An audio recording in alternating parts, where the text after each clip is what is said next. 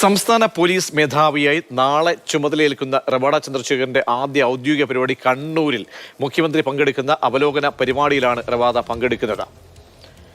അനന്തകൃഷ്ണൻ ചേരുന്നുണ്ട്. അനന്തൻ, അങ്ങനെ 1991 തുടങ്ങിയ സ്ഥലത്ത് നിന്നും ഇപ്പോൾ DGP ചുമതല ഏൽക്കുന്നു. എന്തൊക്കെയാണ് നാളത്തെ പരിപാടികൾ അനന്തൻ?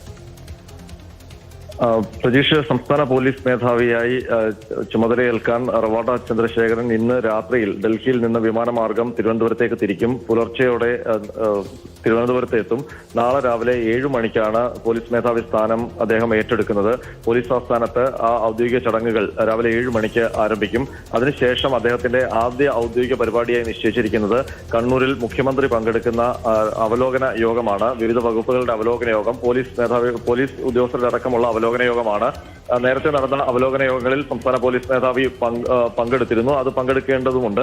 അതുകൊണ്ടാണ് അദ്ദേഹം കണ്ണൂരിലെ ആ പരിപാടിയിൽ പങ്കെടുക്കാൻ പോകുന്നത്. പോലീസ് ആസ്ഥാനത്തെ നടപടിക്രമങ്ങൾ പൂർത്തിയാക്കി കഴിഞ്ഞാൽ വിമാനമാർഗം അദ്ദേഹം കണ്ണൂരിലേക്ക് പോകുമെന്നാണ് ഇപ്പോൾ ലഭിക്കുന്ന വിവരം.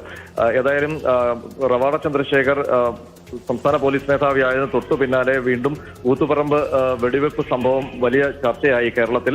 മാത്രമല്ല അതിൽ CPM പ്രതിരോധത്തിലാവുകയും ചെയ്തു. അതിന് പിന്നാലെ ഒരു രാഷ്ട്രീയ യാദൃശ്ചികത കൂടിയാവുകയാണ്. ഈ പോലീസ് മേധാവിയായി നിയമനം അല്ലെങ്കിൽ ആ സ്ഥാനം ഏറ്റെടുത്തതിന് തൊട്ടു പിന്നാലെ റവാഡ ചന്ദ്രശേഖരൻ കണ്ണൂരിലെ ഔദ്യോഗിക പരിപാടിയിൽ അത് മുഖ്യമന്ത്രിക്കൊപ്പം പങ്കെടുക്കുന്നു എന്നുള്ളത്. പ്രതീക്ഷ.